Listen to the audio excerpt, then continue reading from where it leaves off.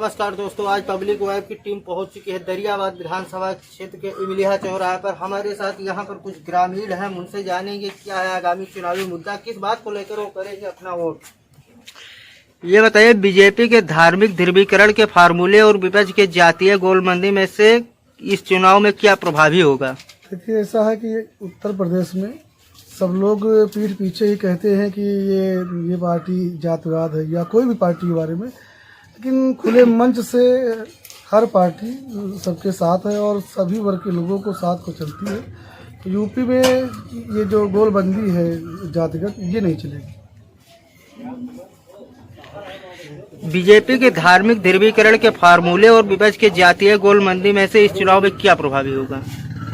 देखिए, बीजेपी के जो ध्रुवीकरण या जो भी है, यहाँ पर सबसे बड़ी बात तो सबका साथ सबका विकास लेकर के जो पार्टी आगे काम कर रही है, इस पर जो है काफ़ी जोर हो रहा है। महिलाओं को लेकर के भी यही सब मुद्दे हैं जो आगे कामयाब हो पाए। बीजेपी के धार्मिक ध्रुवीकरण के फार्मूले और विपक्ष की जातीय गोलबंदी में से इस चुनाव में क्या प्रभावी होगा? कोई गोलबंदी नहीं, कोई मुद्दा नहीं। जो हो रहा वो सब ठीक है। ये प्रक्रिया हैं जो बता रहे हैं कि ये जातिवाद कर रहे हैं, ये कर रहे हैं, ये सब बनावटी है और जो है सब ठीक है। ये बताइए, बढ़ी हुई महंगाई से सत्ताधारी दल बीजेपी की मुश्किलें बढ़ेगी या नहीं? देखिए, बीजेपी की कोई मुश्किलें बढ़ने वाली नहीं है, क्योंकि भारतीय जनता पार्टी हमेशा ये सबका साथ सबका विकास लेकर काम कर रही है और इनके विकास कार्यों को लेकर के लोग टिप्पणी भले करते हों, लेकिन हमारे हिसाब से बहुत बढ़िया चल रही है। बीजेपी ही सरकार अच्छा काम कर रही, सबका साथ सबका विकास, और महंगाई का कोई बहुत बड़ा मुद्दा नहीं है। और मुद्दा क्या है, अब अगर कोई चीज़ बढ़ती है तो कहीं सस्ती भी हो रही है। समाज के लिए अच्छे कार्य, यही सब है और इसमें ज़्यादा विशेष तो नहीं, कोई महंगाई का बहुत बड़ा मुद्दा नहीं है। बढ़ी हुई महंगाई से सत्ताधारी दल बीजेपी की मुश्किलें बढ़ेंगी या नहीं? कहीं न कहीं जो गांव गरीब की जो ये जनता है, इसके अंदर कहीं न कहीं आक्रोश है। जो गैस को लेकर या खाद को लेकर जो भी आम नागरिक हैं, खाद की कीमतें और अन्य कीमतें, बिजली की कीमतें को लेकर कहीं न कहीं थोड़ा बहुत तो आक्रोश है और फर्क तो थोड़ा बहुत अवश्य होगा। बढ़ी हुई महंगाई से सत्ताधारी दल बीजेपी की मुश्किलें बढ़ेंगी या नहीं? कुछ नहीं बढ़ेंगी। जनता किसी की मुश्किलें नहीं बढ़ेंगी, सब कोई भारतीय जनता पार्टी को ही वोट देगा। योगी, माया और अखिलेश में से किसके शासनकाल की कानून व्यवस्था आप सबसे बेहतर मानते हैं? देखिएगा, जब अगर आप अपराधीकरण की कानून व्यवस्था की बात करेंगे तो हमें कुछ कहने की आवश्यकता नहीं। आए दिन अखबारों की सुर्खियाँ और जो टीवी चैनलों पे आप खुद ही देख रहे हैं कि अपराध एक ऐसी वस्तु है, कोई भी सरकार आए सिर्फ उस पर थोड़ा बहुत लगाम लगा सकते, लेकिन कोई विशेष अपराधीकरण पर फर्क नहीं पड़ता है। आए दिन लूट डकैती सभी गवर्नमेंट में होती रही है, इसमें भी हो रही है। आए दिन चोरियाँ हो रही हैं, कोई विशेष फर्क नहीं है। योगी, माया और अखिलेश, किसके शासनकाल की कानून व्यवस्था आप सबसे बेहतर मानते हैं? देखिए, बात करें अगर मुख्यमंत्रियों में उत्तर प्रदेश के, तो सबसे शासनकाल जो रहा है वो मायावती जी का अच्छा रहा उनके कार्यकाल में। उसके बाद में अखिलेश की सरकार में तो मैं ज़्यादा कुछ नहीं कहूँगा, लेकिन उत्तर प्रदेश श्री मुख्यमंत्री योगी आदित्यनाथ जी के जो है कार्यकाल में अपराधियों पर अंकुश लगा है। वैसे भी दहशत में है अपराधी, लेकिन पूरी तरीके से अंकुश नहीं लगा पाए हैं। इसको लेकर के हम चाहेंगे कि आने वाली कोई भी गवर्नमेंट आए उत्तर प्रदेश में, तो अपराध पर अंकुश लगाना और महंगाई को लेकर के जो है, महंगाई बढ़ी हुई है, थोड़ा दर कम हो तो किसान खुशहाल रहेगा, तब देश आगे बढ़ेगा। योगी, माया और अखिलेश में से सबसे शासनकाल कानून व्यवस्था सबसे उसमें किसकी सही रही? मायावती की थी शासनकाल में, जो है मायावती सरकार बढ़िया थी।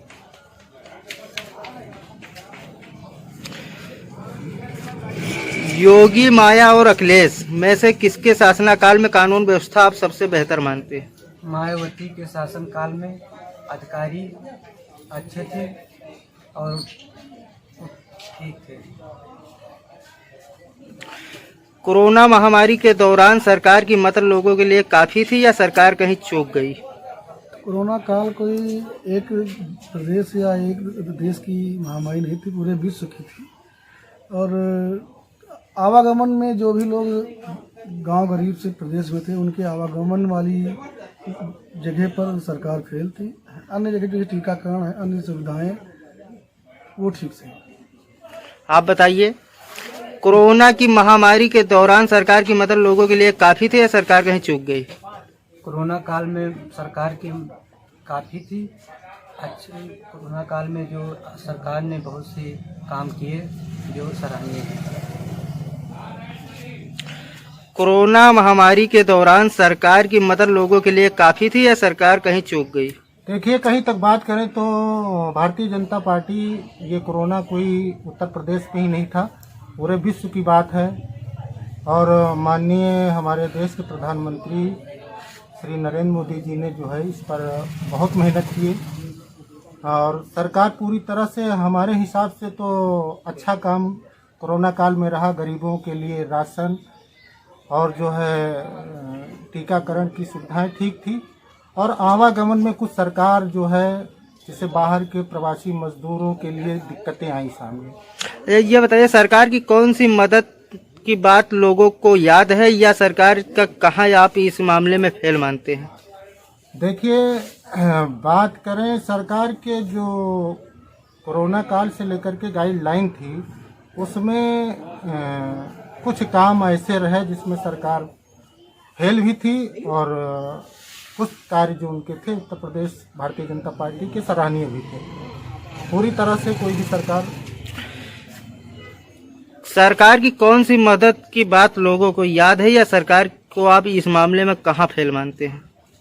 जो छुट्टा सांड हो गई है, जब घूम रहे हैं, छुट्टा चल रहे हैं, आदमी वही में व्याकुल है। रात रात सांड रखाता है और खेत चढ़ जाते हैं, उसमें सरकार फेल है। नहीं, जैसे सरकार कोरोना महामारी के दौरान सरकार की कौन सी मदद लोगों के लिए अच्छी बात है या कौन सी कहाँ फेल हुई है? फेल नहीं, उसमें सरकार अच्छा कर रहा था। फ्री राशन दिया, फ्री गल्ला दिया थी, लेकिन जो पालयान कर रहे थे लोग, उसमें लोग बहुत परेशानी उठाया। राम मंदिर निर्माण का आरंभ होना बीजेपी को क्या चुनावी लाभ दिला पाएगा? नहीं, हमें तो नहीं लगता कोई लाभ मिलेगा, क्योंकि राम मंदिर का मुद्दा कोई भारत के प्रधानमंत्री या भाजपा पार्टी ने संसद में अध्यादेश लाकर तो बनवाया नहीं है। ये तो सुप्रीम कोर्ट का ऑर्डर था कि पिछली गवर्नमेंटों ने अच्छे से सबूत रखे थे और उन्हीं के आधार पर आज मंदिर के पक्ष में फैसला आया। यदि बीजेपी अध्यादेश लाकर मंदिर को बनवाती तब हम मानते कि हाँ, बीजेपी को लाभ मिलेगा इसका। राम मंदिर निर्माण का आरंभ होना बीजेपी को क्या चुनावी लाभ दिला पाएगा? राम मंदिर का आरंभ होना बीजेपी को लाभ बिल्कुल दिलाएगा। आप बताइए, राम मंदिर निर्माण का आरंभ होना बीजेपी को क्या चुनावी लाभ दिला पाएगा? देखिए, जहाँ तक अब मंदिर मस्जिद की बात करें तो लोग जागरूक हो चुके हैं और पब्लिक को, हम गरीब जनता को सिर्फ विकास दिखता है कि कौन सी सरकार विकास कर रही है, कौन सी सरकार नहीं विकास कर रही है।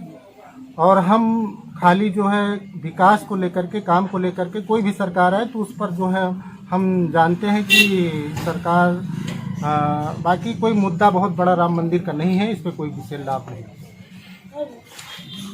राम मंदिर निर्माण आरंभ होना बीजेपी को क्या चुनावी लाभ दिला पाएगा? निर्माण के लिए जब अदालत से फैसला हो चुका कोर्ट से, तो उसमें बीजेपी क्या सिरे है? जिस चीज कोर्ट ने फैसला दिया और दोनों पक्ष उस पर राजी थे, दोनों समुदाय, तो इसमें बीजेपी का क्या मतलब वो रोल है? अच्छा, ये बताइए। और बीजेपी मतलब अब मतलब राम मंदिर के आड़ में कि अब से मेरी 22 में सरकार बने तो हम इसको बनवाएं, अब तक तो वो बन जाना चाहिए था। मतलब ये तो मतलब हिंदू मुसलमान को विवाद करवा रहे हैं। अरे ये बताइए, 3 नए कृषि कानून लागू करना उसके बाद वापस लेना बीजेपी के पक्ष में है या खिलाफ? 3 अब ये तो मान के चलिए कि जब कानून उन्होंने गलत लागू किया तो वापस लेने होगा उनको। 3 नए कृषि कानून लागू करना उसके बाद वापस लेना बीजेपी के पक्ष में है या खिलाफ? ये 3 कृषि कानून बीजेपी के पक्ष में है। आप बताइए, 3 नए कृषि कानून लागू करना उसके बाद वापस लेना बीजेपी के पक्ष में है या खिलाफ? आज कानून अच्छे थे तो उनको बीजेपी ने वापस क्यों लिया? यदि उन्होंने वापस लिया तो ऐसा कानून लाए क्यों जो कि आम जनता को समझ नहीं पे आए? और कहीं ना कहीं बीजेपी के लिए ये नुकसानदायक है और ये किसानों की जीत है। और पश्चिमी उत्तर प्रदेश में इसका आकलन आप देख रहे हैं और पूरे यूपी में इसका असर है इस आंदोलन का, और सरकार कहीं ना कहीं बैकफुट पर है। अच्छा, आप बताइए, 3 नए कृषि कानून लागू करना उसके बाद वापस लेना बीजेपी के पक्ष में है या खिलाफ? देखिए, बात करें कानूनों की तो ये पूरी तरह से उन्होंने कानून जो लागू किए थे वो लागू नहीं करने चाहिए थे।